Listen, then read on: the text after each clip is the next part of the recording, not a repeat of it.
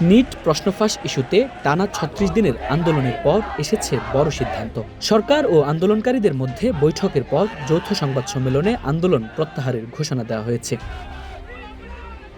Cockroach জনতা party আনুষ্ঠানিকভাবে চলমান আন্দোলন প্রত্যাহারের ঘোষণা দিয়েছে। একই সঙ্গে দিল্লির যন্তর মন্তরে অবস্থানরত আন্দোলনকারীদের শান্তিপূর্ণভাবে ঘরে ফিরে যাওয়ার আহ্বান জানিয়েছে সংগঠনটি। আন্দোলনের অন্যতম প্রধান দাবি ছিল কেন্দ্রীয় শিক্ষামন্ত্রী ধর্মেন্দ্র প্রধানের পদত্যাগ। সরকার সেই দাবি মেনে নেওয়ার পরই আন্দোলন প্রত্যাহারের সিদ্ধান্ত আসে।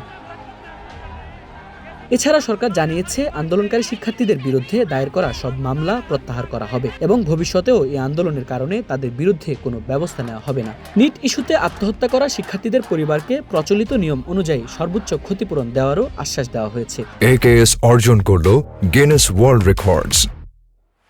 AKS সিজেপি নেতাদের দাবি, দীর্ঘ ৩৬ দিনের আন্দোলনের পর সরকার তাদের উত্থাপিত সব দাবি মেনে নিয়েছে। শুধু দিল্লি নয়, বিজেপি শাসিত বিভিন্ন রাজ্যে আন্দোলনকারীদের বিরুদ্ধে দায়ের হওয়া মামলাগুলো প্রত্যাহারের আশ্বাস দেওয়া হয়েছে। পাশাপাশি কয়েকদিনের মধ্যে এসব মামলা প্রত্যাহারের আনুষ্ঠানিক নথি আন্দোলনকারীদের কাছে হস্তান্তর করা হবে বলে জানানো হয়েছে।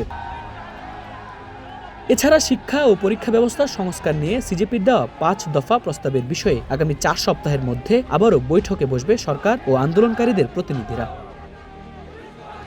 আন্দোলন প্রত্যাহারের ঘোষণার পর যন্তর মন্তরে অবস্থানরত বিক্ষোভকারীরা এলাকা ছেড়ে যাওয়ার নির্দেশ দিয়েছে পুলিশ। দীর্ঘদিনের এই আন্দোলনের কারণে ওই এলাকায় যানজট, বাজারে ক্রেতা কমে যাওয়া এবং মেট্রো স্টেশন সাময়িকভাবে বন্ধ থাকার মতো পরিস্থিতি তৈরি হয়েছিল। Desk report, Dhaka post.